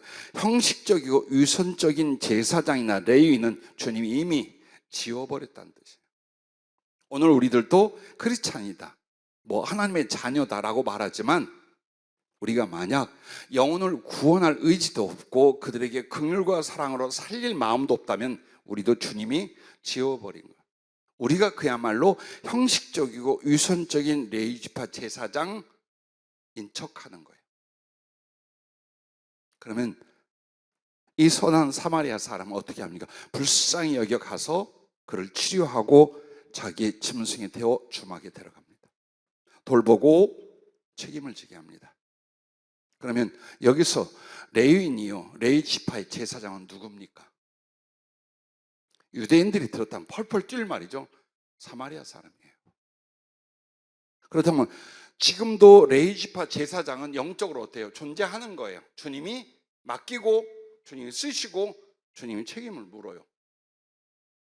그게 바로 여러분과 내가 하나님을 지키게 사랑하고 섬기는 예배자로서 성령으로 기도하는 자, 복음을 전하며 영혼들을 주께로 인도하는 자로서의 충성될 때예요. 오직 그리스도의 복음과 사랑을 가지고 영혼을 구원하고 주께로 인도하는 자들이 진정 주님이 인정하고 사용하시고 상을 주시는 레위 지파요 영원한 제사장이다 라고까지 말씀을 주셨고 끝. 오늘 성경 공부는 여기까지예요. 배부르십니까? 이상하다. 자꾸 먹기는 먹는데 옆으로 샌 것 같은 느낌? 듣기는 들은데 일로 가서 이쪽으로 나간 느낌? 아니면 여기서 걸려가지고 일로 안 내려가는 느낌이 들어요. 아마 그러실 거예요. 그런데 여러분 이것을 이제 되새김질하고 곱씹고 자꾸 해보세요. 그 속에서 은혜가 그리고 여러분에 대한 적용 또 가르치고 나눌 수 이제 지혜가 각종 넘치도록 일어날 거예요. 절대로 이 시간에 참석하면서 졸거나 딴짓하거나 영혼을 외출시키면 그 사람 존재를 여기서 외출시켜 볼 거예요. 혹시 오늘 말씀 나눈 내용 중에 질문이 있으시면 질문을 받도록 하겠습니다.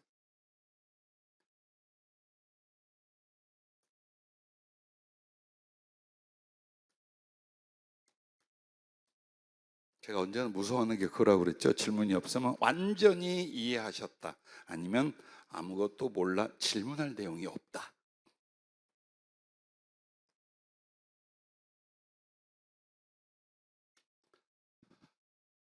레위기는 사실 레위지파 제사장들이 해야 될 제사 혹은 가르치고 지켜나가고 행해야 될 일들을 기록하고 있어요. 그래서 레위기를 공부하면서 왜 레위지파를 제사장으로 세웠는지 그걸 시작하여 오늘날 그러면 레위지파의 제사장은 누구인가, 어떤 역할을 하는 사람들인가까지 오늘 공부를 했습니다. 그 사이에 정신없이 몰아붙인 게 그리스도의 삼중직 혹은 변화선의 사건 등등이었습니다.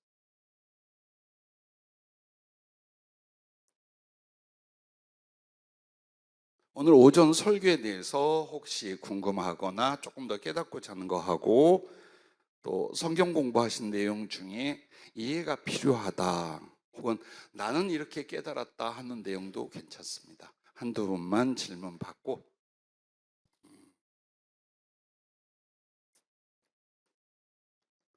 여러분도 혹시 그걸 기억하십니까? 우리 학교에서 공부할 때 이제 끝나갈 때예요.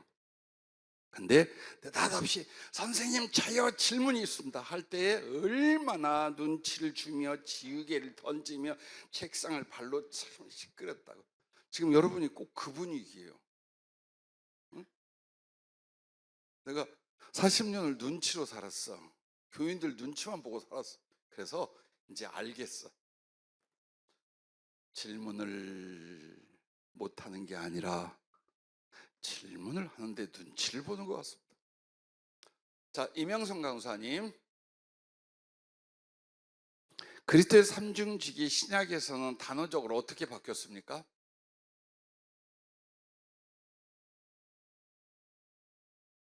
마이크 줄까요? 응? 여기까지 들리려면 마이크 목소리 나와야 돼.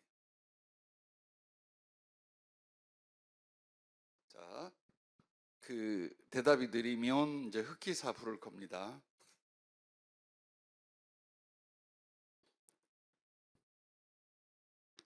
대제사장으로서 선지자로서의 문제에서 왕까지 제사를 갔는데 선지자가 히브리서 기자를 통하여 우리의 믿는 도리의 사도이신이라고 했죠. 그래서 그 연결성을 보고 표현에도 우리가 더 넓혀야 된다는 걸 생각을 합니다.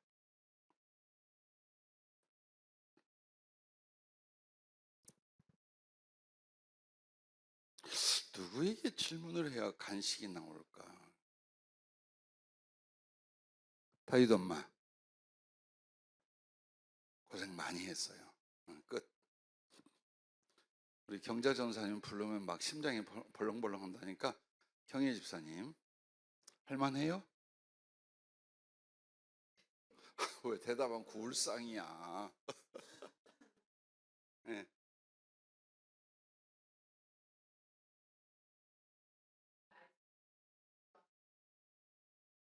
혹은 그 말씀이 응하게 하심이라라든가. 예, 예, 예, 예, 예, 예. 엘리 라마 사박다니도 그렇고. 예.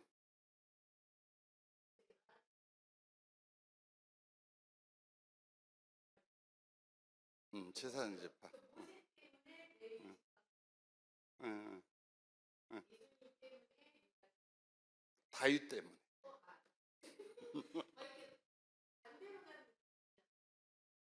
왜? 아, 무슨 뜻인지 알겠어요. 물론 궁극적인 목적에 있어서는 주님이 맞아요. 주님의 사역 주님이에요. 그러나 조금 전에 강조한 건 한 사람의 사랑과 충성을 그렇게 높이었고 보상하셨고 기리어 주는 거예요. 그걸로서 말한 거예요. 네. 그리고 자, 구약에 나온 어떤 말씀이나 예표 예언이 신약에 성취될 때 이 말씀을 이루려 하심이라, 이 말씀이 응하였다, 이렇게 나오잖아요.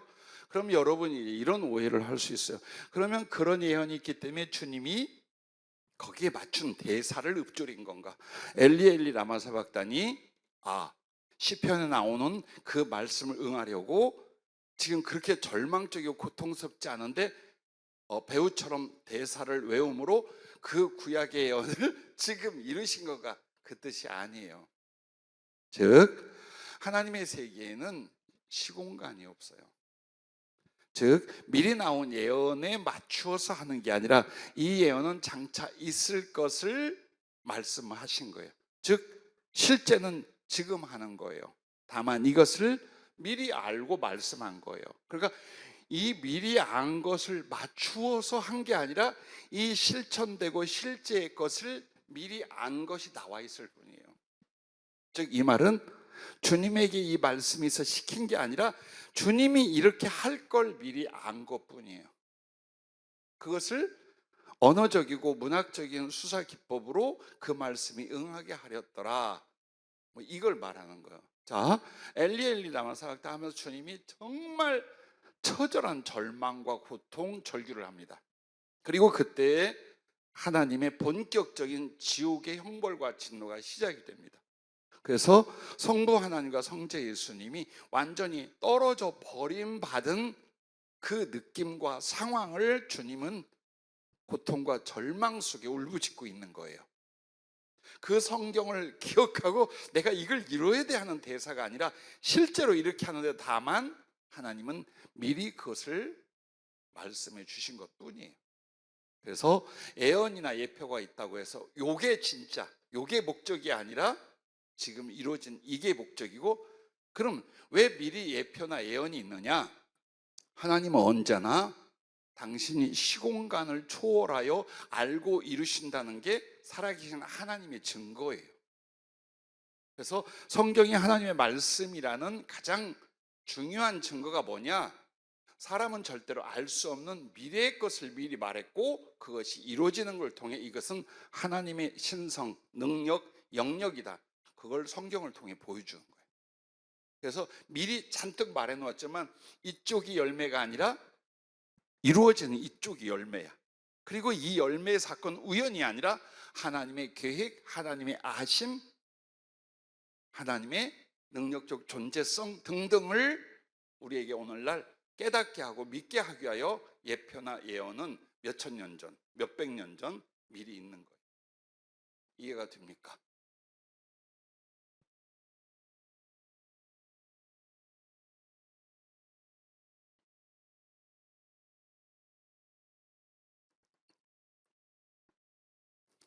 부르지 마. 경자하고 부르지 말아요. 네.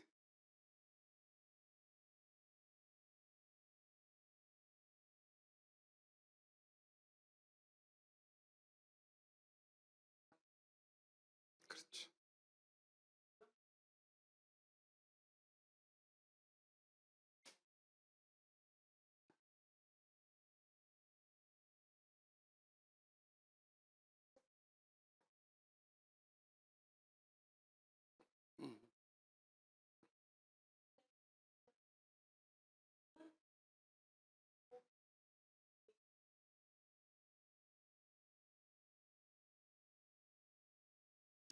그래서 실제로 구약의 제사, 제도, 율법 혹은 그 제사장이나 직분들은 실제요 이루실 그리스도와 그 사역에 대한 모형이라고 말해요, 성경은. 즉 이게 목적과 본론이 아니야. 이걸 통해 그리스도가 오시고 하실 그것을 알게 하는 거예요. 그리고 그 계획이 이루어질 것을 예표하는 거예요. 근데 중요한 건 여러분에게 이걸 질문할게요, 생각난 김에. 그러면 우리 신약의 성도들, 오늘 우리들은 그리스도 예수께서 십자가에 죽으시고 부활하신 사실, 그리고 그 말씀과 성령을 통해 믿음을 가져요. 그 믿음으로 구원을 받아요. 그런데 그리스도가 아직 오시지도 않았고 십자가의 죽음과 부활의 대속을 이루지도 않은 구약 시대의 성도들은 어떻게 구원을 받았을까요? 착하면? 말 잘 들으면? 하나님의 방법 알아서 하신다. 그냥 자기 마음에 들면 구원하고 싸가지 없으면 버리고. 그래서 여러분에게 지금 모형이다, 예표다라고 말하면 그럼 이것은 그냥 의미 없는 것인가? 정말 어떤 그런 효력이 없는 것인가를 생각하게 하려고 하는 거예요. 아니에요.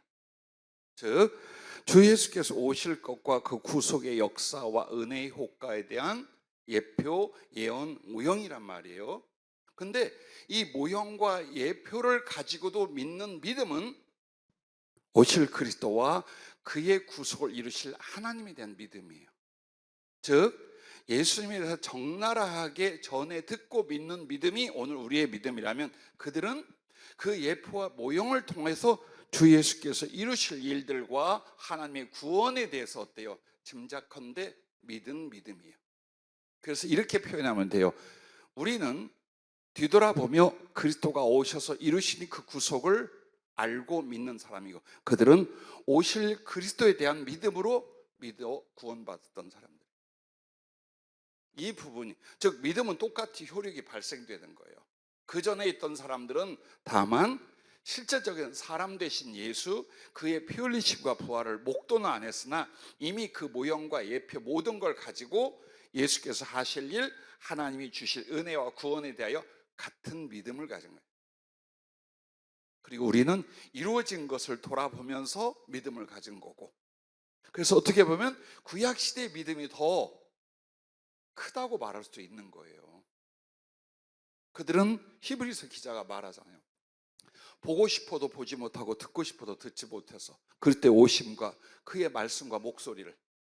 근데 우리는 어때요? 이미 보았고 경험하고 분석까지 해요.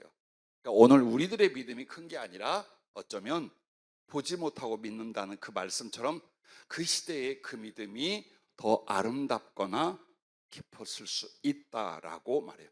그래서 아브라함이 하나님에 대하여 믿었다고 그랬잖아요. 그분의 약속, 그분의 이루심을, 이것을 의로 여겼다는 그 말이 구약의 예표, 모형 되어질 일을 말씀하심만으로도 그 믿는 걸 주님은 의라, 구원의 조건과 이유로 보셨어요.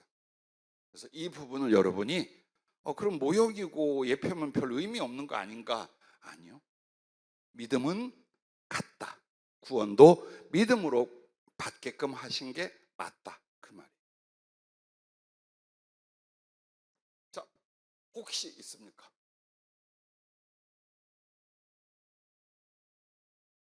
홍경정 집사님, 이제 가자는 얘기죠? 손 들어서. 종치는 딱 그 자세. 그래요. 다음 주에 아마 여러분이 이제 번제 쪽으로 들어갈 것 같아요. 그래서 그 번제에 관한 성경의 이곳저곳이 나와요. 그리고 여러분에게 좋은 게 뭐냐면 그 사전이나 주석도 좋지만 여러분의 핸드폰 가지고 그 인터넷 검색을 해요. AI 대답부터 많이 올려놓은 글들이 있어요. 그래서 그걸 여러분 좀 빨리 사용할 수 있을 거예요. 그래서 찾아서 예를 들어 번제의 방법과 내용 뭐 이런 식으로 찾아보면 성경 어디에 어떻게 나오고 이건 설명까지 곁들여 있어요. 그래서 그런 기초적인 것들을 여러분이 알고 계시는 게 좋아요. 그리고 그것보다 더 깊은 것들을 또 성경 공부를 통해 할 거니까 기본적인 본제가 뭐다, 어떤 의미다, 어떤 방법들로 간다. 근데 그 방법이 이거는 대충 어떤 뜻이다까지는 이해를 하고 오시면 크게 도움이 될 겁니다. 기도하겠습니다. 생명과 지혜의 하나님께서 그 말씀을 통해 우리를 만나 주시며 우리를 구원하시고 모든 양육을 이끌어 가시나이다.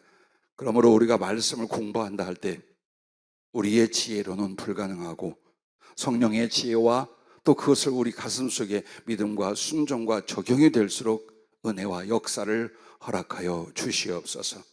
배운 것 더 깊게 우리가 활용할 수 있게 하시고 또 잊혀지지 않도록 우리의 지력도 붙잡아 주시옵소서. 모르는 거 더 많이 캐내어 주시고 우리뿐만 아니라 이 시간뿐만 아니라 오는 세대에 증언할 수 있도록 주께서 은혜 베풀어 주시기를 바라며 예수님 이름으로 감사하고 기도하옵나이다. 아멘. 수고들 많이 했습니다.